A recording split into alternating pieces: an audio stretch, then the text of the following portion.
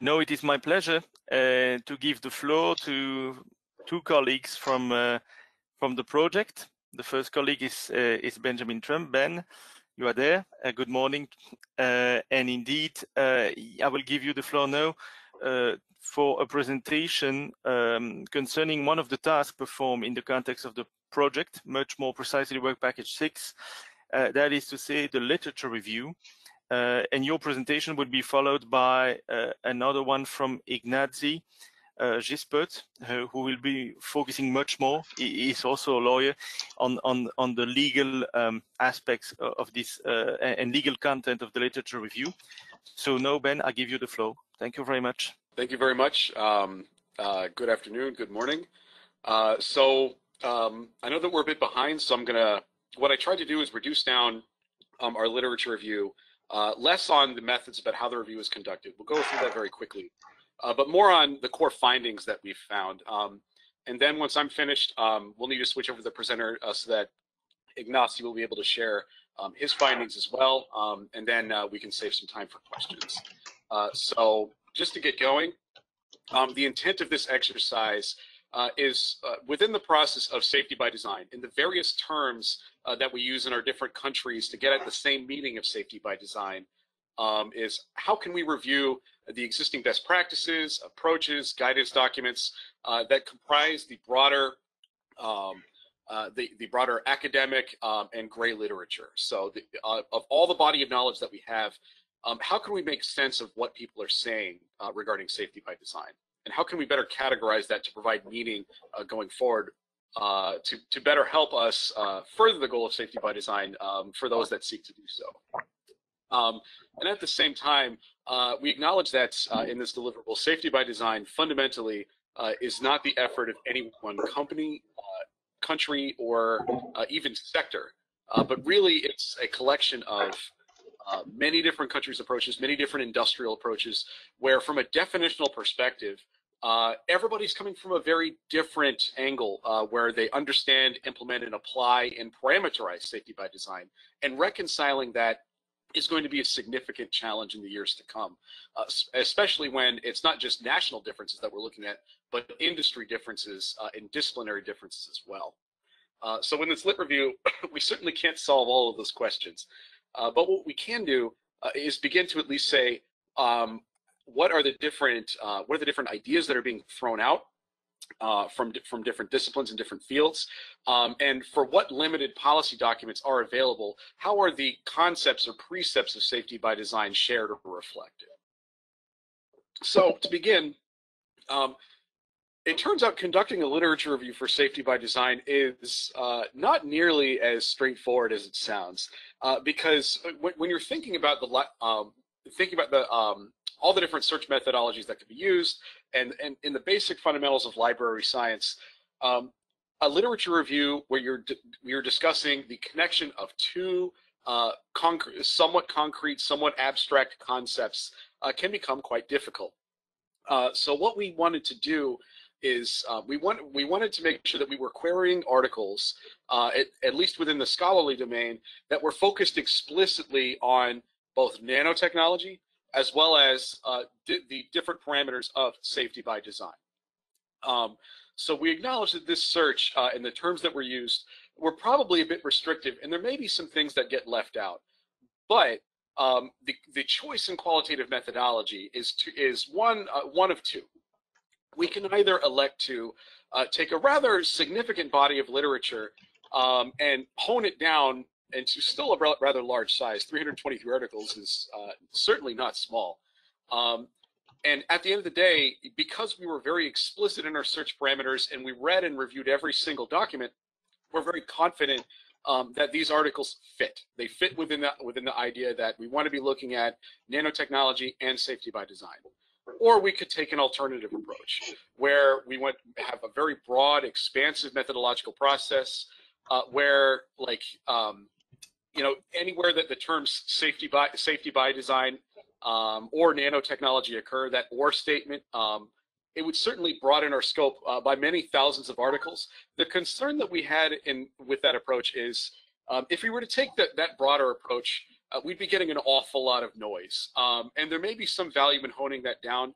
But given the scope of this project, we felt that taking a very targeted approach by making sure that we honed in on some critical sectors of safety by design in nanotechnology for different countries. The results that we produced, we're very confident that they fit well, and that all the results definitionally that we can draw from can then help us inform arguments of what safety by design is, where did it come from, how did it grow, and where might it be going. So it's, at the end of the day, from qualitative methods, it's a judgment call, and we will be writing up more explanation about why we chose the way that we chose, but I do feel it's the best choice, at least for this first pass literature review. So within the, I'm not going to read this off, but what I wanted to give you an idea of is descriptive statistics are driving, I guess, the core first pass of our review, but it's certainly not everything that we wanted to focus on.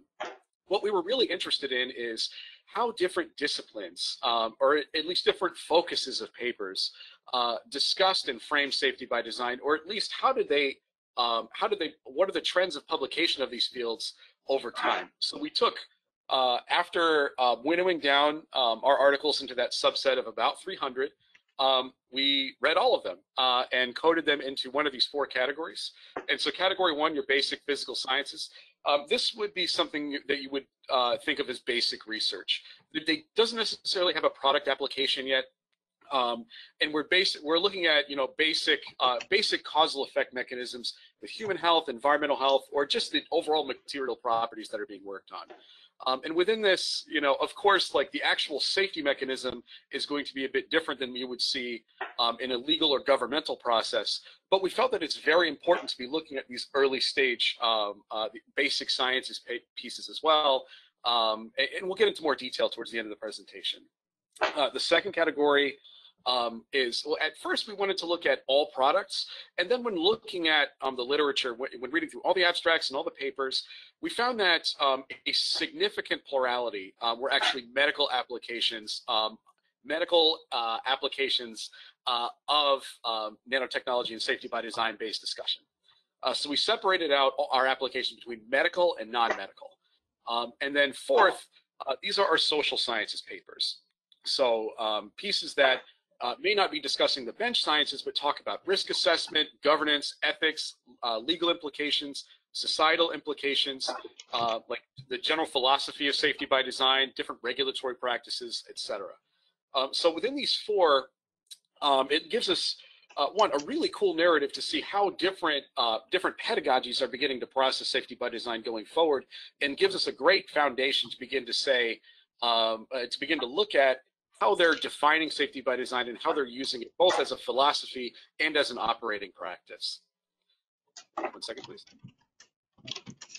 So there are many definitions that were proposed. Now, of course, not all papers offered a definition. Some of them implied a definition, or some of them used very similar language. But in general, there are 2 core concepts that seem to be very common. This is not restrictive. Of course, there's many more, but these are the 2 that I wanted to bring up today. So the first is, within our literature, we're looking at bringing concepts of safety to the earliest stages of development and retaining safety-centered focus throughout the research cycle.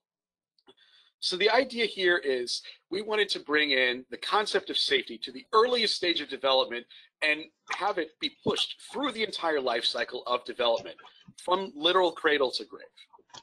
So on one end, as an overall philosophy, that was a general guiding concept. This is probably no surprise to many. Hopefully these concepts are no surprise to any at all. But in the second was a bit more technical, which is the intent to engineer out the undesirable effects of materials and products well before entering the marketplace. Of course, different countries and different industries have differing standards about human and environmental treatments of risk and human and environmental health. In the pre-market and in post-market review. The general concept that all our fields tended to agree upon is we wanted to, of course, retain the onus of post-market review for human and environmental health, but also bring that review at a technical bench setting to the earliest stages of material development and material testing. So these are 2 that we're starting with. So again, some common safety by design themes. Again, we have well over 300 pieces of literature. I just wanted to pull out some that were very well cited and particularly from a definitional sense brought up multiple times. So one from Ivo van der Pol talks about addressing safety in both the research and design phases of nanotechnologies. So basically, again, getting at the full life cycle. The second definition being that there's a common idea between the different safety by design terms is to engineer the undesirable effects out of the respective materials. This entails that functionality and safety be considered in an integrated way right from the earliest stages of research and innovation process. So right away, both of those definitions are probably the core bellwethers of the prior points that I brought up. Just to bring that slide back up again, these 2 points that we're working from. Now, the third definition from Rune and Fern Wixon's lab was certainly also very illuminating because it tried to get at some of the tension underneath safety by design. And note that it's certainly not a monolithic universal concept, and there's a lot of differences, particularly in the way that safety by design draws an awful lot from the medical sciences. And a core concept, I really like this paper, a core concept they bring up is the way safety by design is currently communicated tends to treat safety as an inherent material property, and that this is fundamentally problematic as it represents a recasting and reduction of societal issues into technical problems. At the end of the day, one of the big findings, at least my interpretation of this paper, is when we talk about safety by design, at least in an academic concept, there's often an implicit intent to move a bit into a silo. We focus on our individual pedagogies or specific industries or specific products and move from there. And in most respects, there's nothing fundamentally wrong with that. We're all human, and this is what we have to do to make sense of a very difficult and aspirational concept. But at the same time, if we want to be thinking about what the end goal is for safety by design, what we certainly would like to see is not a small industrial focus or even a single country or group of countries focus, but a core guiding principle that from the top down is guiding the way that development of emerging technologies functions. Not even just nanotechnologies. A big discussion within the SABYDOMA group was like expanding this out to biotech. I mean, my personal background in field is more in the biotechnologies and synthetic biology. And believe me when I say safety by design is just as salient, if not more salient, in that field as well.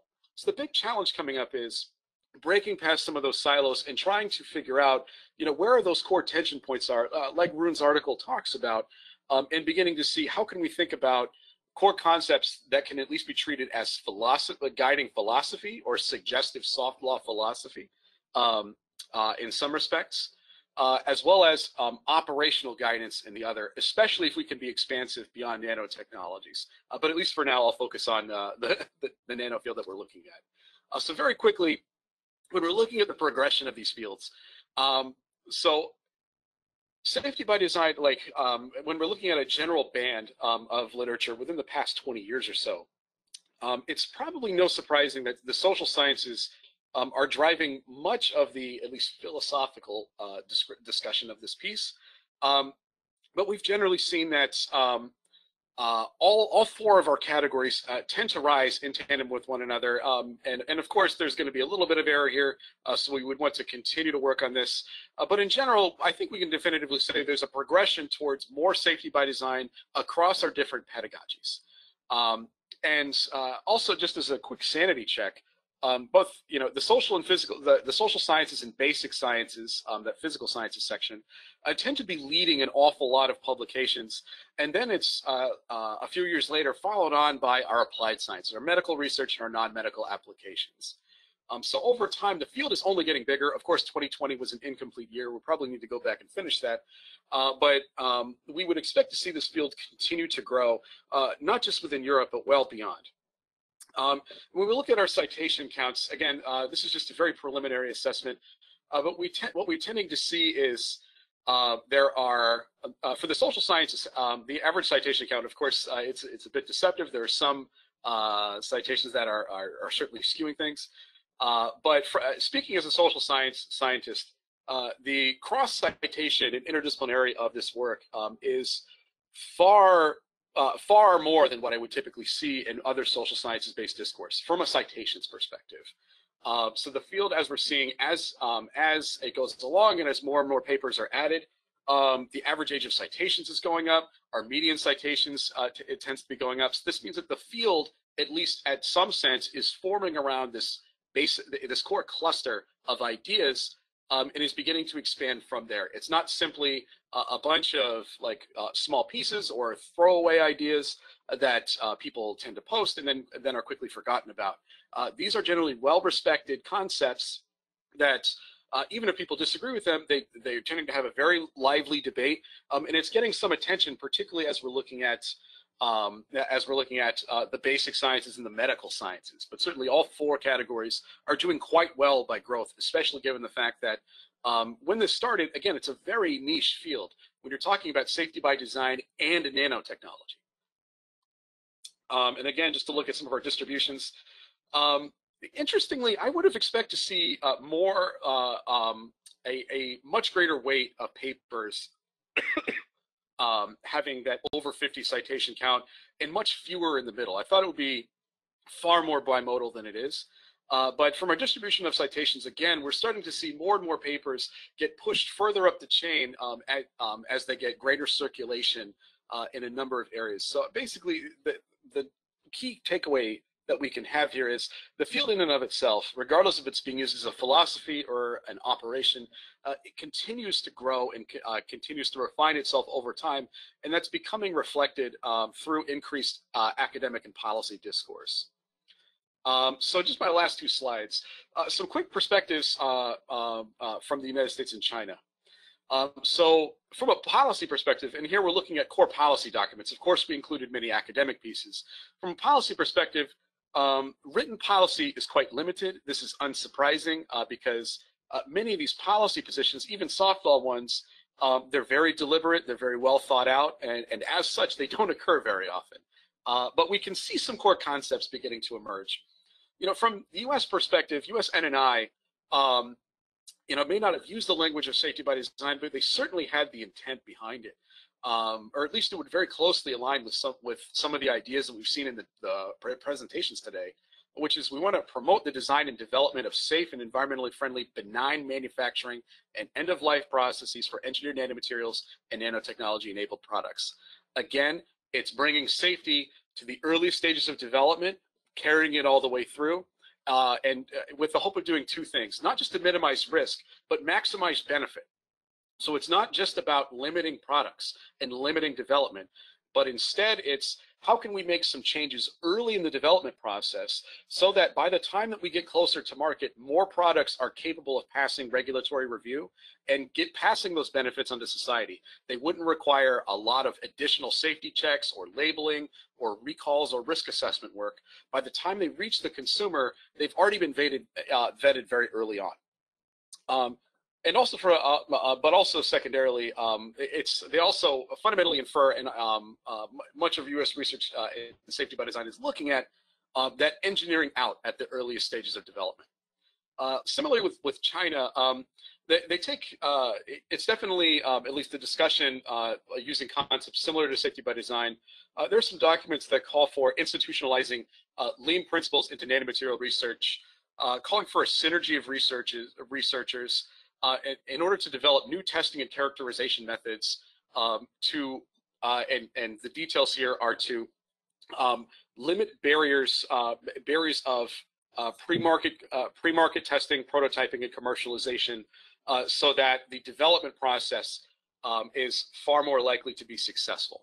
So just from a business point of view, safety by design, again, is used as this idea that can not just increase safety fundamentally early on, especially for some hazards that may be poorly characterized or misunderstood and may not have full regulatory guidance on.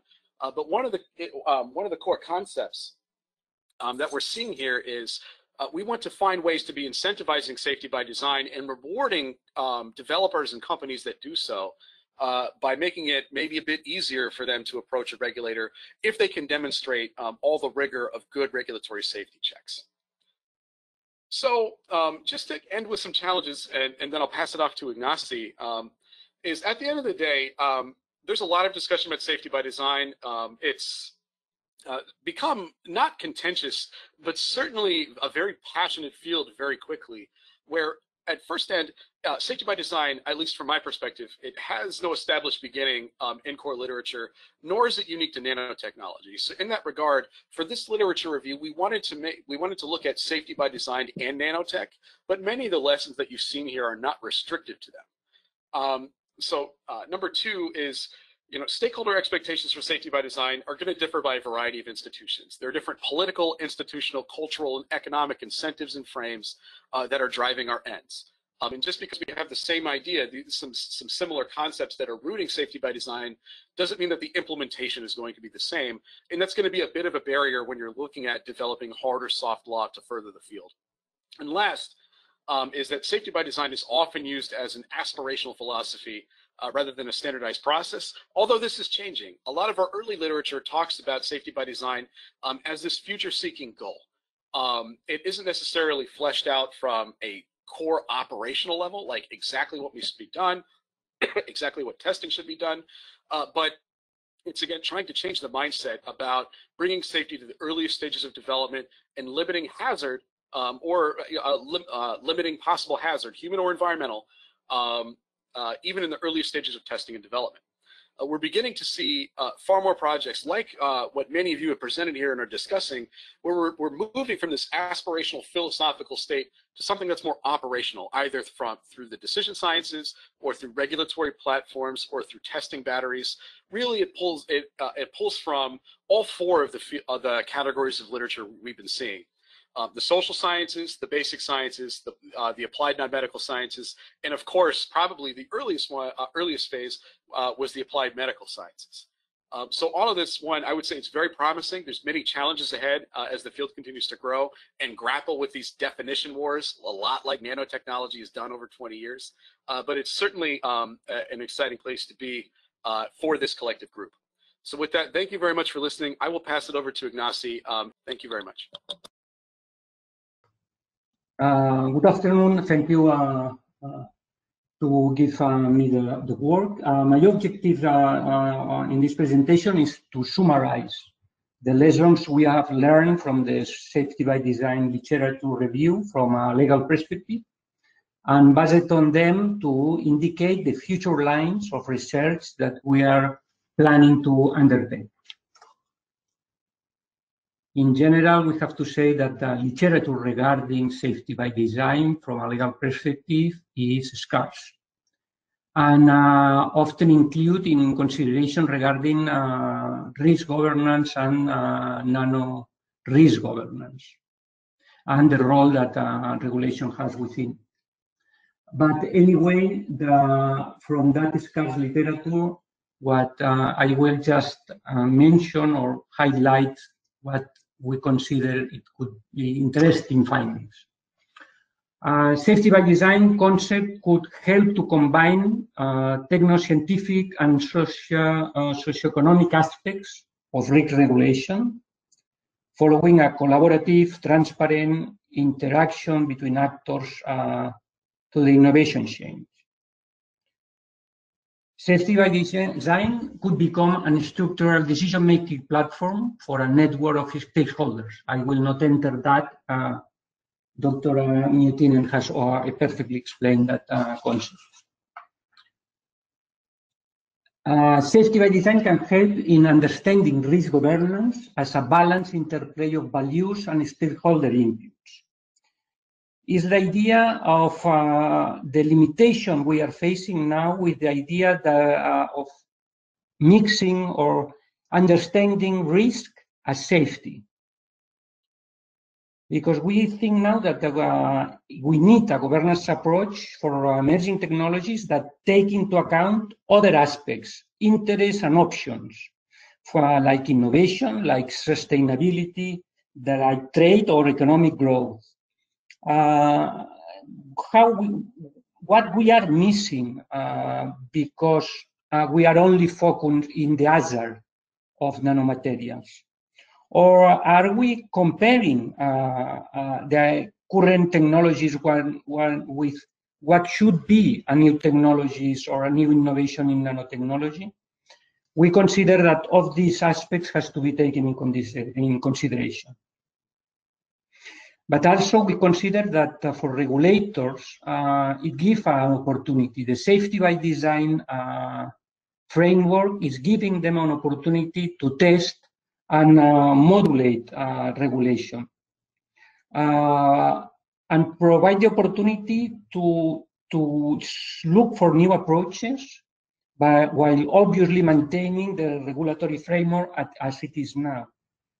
And incentive schemes or test beds or sandboxes are something that where we will be looking very closely in the future, as we will see. Another possibility given by the safety by design framework is obviously enhancing interdisciplinarity and transdisciplinarity. Again, I remit to what Dr. Miettinen has explained to us. Also we see that the output of applied safety by design processes and tools must be connected to policymaking and regulatory purpose. It's not enough with a nice, big risk framework, risk governance framework. We need to try the operationalization of safety by design. And again, the idea of specific projects that will give, in which we will be possible to test the real applications, we think are important to check. The objective, this is a kind of a principle for designing what could be the future of safety by design within regulation. I think that these two ideas are important. The objective of safety by design is to implement the precautionary principle. It's not a way to bypass it, on the contrary. And safety by design cannot be a replacement of risk assessment. The safety by design concept constitutes only a starting point that cannot replace regulatory risk assessment. That is a prerequisite of market access. So these two principles are important for being sure that we can find concrete solutions or means specific proposals that is within the actual regulatory framework. We have also seen in the literature analysis that safety by design is anticipatory and upstream strategy. And it is something important because up till now, risk regulation and the regulation of nanomaterials is basically downstream and pre-market regulation. So on the one side, we have the governments, the risk government's proposals asking for anticipation, safety by design asking for anticipation and upstream strategy, while the real regulation is downstream and pre-market. And that is important to have in mind. In this context, I just want to say that it seems that the European Committee for Standardization is in the preliminary stage of releasing or studying a safety by design concept dedicated for nanoscale materials. We know that the ISO standards are not especially an anticipatory tool from a legal perspective, but I think that it's important to mention because at least it points to the direction of soft law mechanisms within the safety by design frame. We follow with the safety by design as operationalization of responsible research and innovation. I think that also it's an interesting link that we have found in the literature. Safety by design innovation follow the very process dimensions of responsible innovation: reflection, anticipation, adaptativeness, openness, innovations that are morally acceptable and environmentally sustainable and without negative impacts on our health and on top of that allow market profit are not responsible innovations. So I think that link is also interesting to follow. And finally, another trend that is clear that we have seen in the literature is that there are a set of driving forces towards the use of computational models and methods. These driving forces are, for instance, a few different governance frameworks that propose new advanced tools and strategies to support risk decisions making. There are the European Union regulator that is backing the use of computational models, for instance, the QSAR models within REACH and X11, or the multi-criteria decision analysis models that are included in the Better Regulation Toolbox. In this sense, it's clear the endorsement of the European regulator of predictive modeling as valid regulatory evidence that in fact opens the door to the legal use of big data. And finally, these driving forces is the great progress and a lot of European projects that are developing in silico methods of nanomaterials in the last few years. Based on that, we consider that computational models can aid human decision making. Here I pick up the comment made by Anthony in his presentation and comments afterwards. It's a human decision-making aid by integrating quantitative and qualitative information across a large number of criteria and alternatives, and a method to improve transparency, replicability, and qualitative rigor to complex decisions. And also might help to reduce the pacing problem between accelerated nanotechnology progress and regulatory process. As we will see afterwards, we are giving a relevant role to computational models in our future work. And just 4 warning signals, let's say, that we have found out in the literature. The warning signals in the sense that the diverse understanding of safety by design, some of them are pointing out a tendency towards sensitization, in the sense that safety by design can be interpreted as a strategy that allows difficult regulatory and political decisions to be shifted towards scientists and industrial actors, thereby reframing the regulatory problem as a scientific or management issue. And we think that that is a dangerous trend. On the other hand, or very much linked with this issue is that we have to recognize that risk-related decisions are political choices. And regulation is only following that political choices.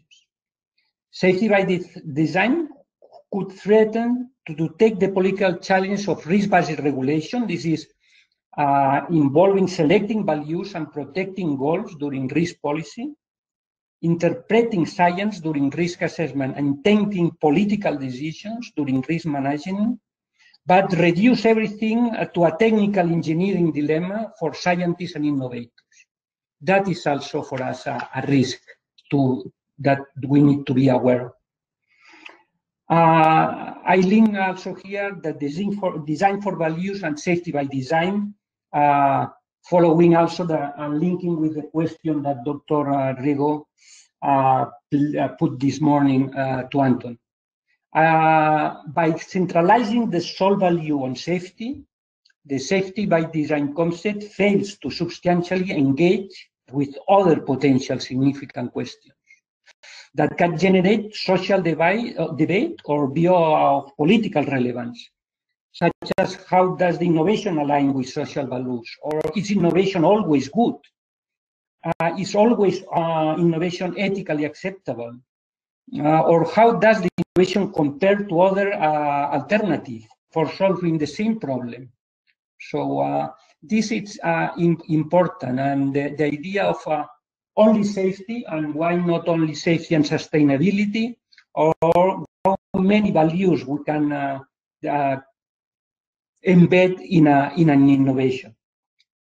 And the last one, the sustainable design cannot replace the regulatory risk assessment of nanomaterials. This links with what I have said before, but it's important we think to be clear on that. When safety by design is presented as a way for nanosafety to keep pace with innovation, there is an implicit assumption that it will not just create a host of new testing demands prior to the need of regulatory toxicology, but that it will somehow reduce the time and load of work required for regulatory preparedness and risk analysis. This is not a way of bypassing risk assessment. This is the point we can make here. So based on all that findings on the literature review and warning signals, what will be our future work? Probably as lawyers, we are very much keen in operationalizing things, on making concrete developments and clear developments of things. But to enter new tools and processes to existing institutional set are to promote and accelerate change. A shift towards a different risk governance model needs new tools and procedures that can be adapted to the current regulatory and governance landscape. And for doing that, we will focus our study in three main issues: comparative risk assessment, computational tools, and innovation corridors or sandboxes. From this set of conclusions, we consider that a comparative approach in risk assessment is needed, an approach that requires changes in how we think about risk and its governance.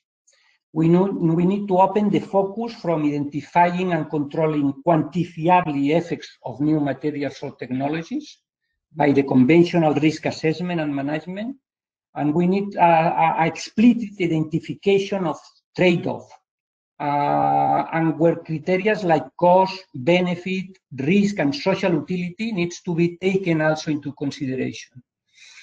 And we also think we have to recognize that comprehensive quantitative data will be unavailable or not reliable at least in the medium term. So rendering impossible to require the collection of absolute measures of acceptable risk.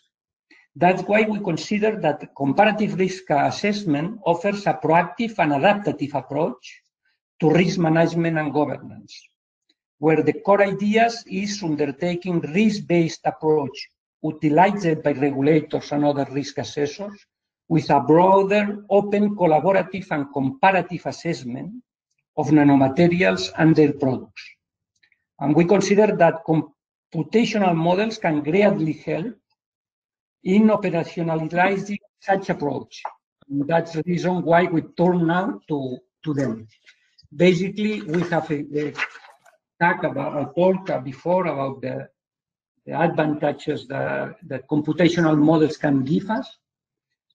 I will not return to that, but just to say that we will focus on user models because they are already accepted within REACH and will play an increasing role in the future, and with multi-criteria decision analysis models, because we think that they could become the backbone of sustainable design processes based in comparative risk governance.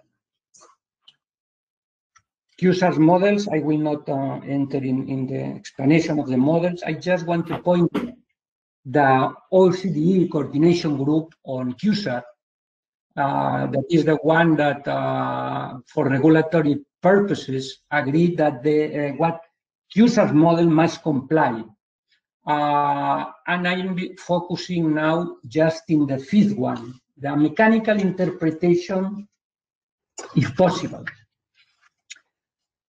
We know that that mechanical interpretation regarding nanomaterials is most of the time not possible. So we are opening spaces, the Cushard models within reach, and opening spaces to alternative forms of causality. And the interesting change is that from a direct causal explanation, that is a universal explanation, we call that deconceptualization, with this, if possible, means that when a mechanical interpretation is not possible, regulatory authorities establish the conditions of validation. It means that we are reconceptualization. We are in need of giving context to the analysis testing that will be undertaken. In that sense, we are simplifying reality, and we are somehow departing from evidence-based regulation to algorithm-based regulation. We are creating a reality of risk, and from there we make the analysis and the regulatory approval. In this sense, just to point out that this approach renders very explicit the fact that risk assessment is a matter of political choice, as political negotiation and based on conventions and suppositions. And the multi-criteria decision analysis, we understand and we think there are important elements for us because they facilitate a systematic treatment of the information and factors necessary to make informed and effective decisions in complex circumstances. There are mathematical models that will help us to regulate. The benefits that we find in this special multi-criteria decision analysis models, I listed here. I will not read all of them. Just there are a real possibility of helping tools to the regulatory process. And what we have seen those tools, I just finished my presentation with the sandboxes as an operationalization framework. This idea of working to the possibility of setting up regulatory sandboxes to adapt compliance with chemical regulation and to help the most innovative companies, not to smooth innovation, but on the contrary, to help them together with the regulator to push innovation to the markets.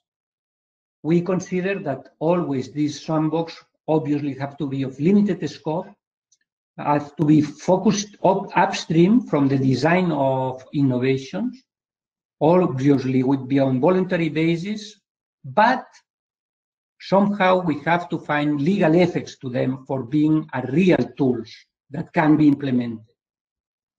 Obviously, we give the added value linked with the responsible innovation comments we have made, that both sandbox must be focused on highly beneficial nano innovations. And highly beneficial can be linked with sustainable development goals, could be linked with mission-oriented research, with like the nanoelectronic roadmap, or can be linked to the European Union Green Deal program. So we think that sandboxes can be an interesting operationalization way of safety by design frameworks. So basically, the idea is a framework that translates the methodological framing of safety by design and comparative risk governance supported by a mathematical framing of multi-criteria decision analysis. That's all from me, from my side, and thank you very much for listening.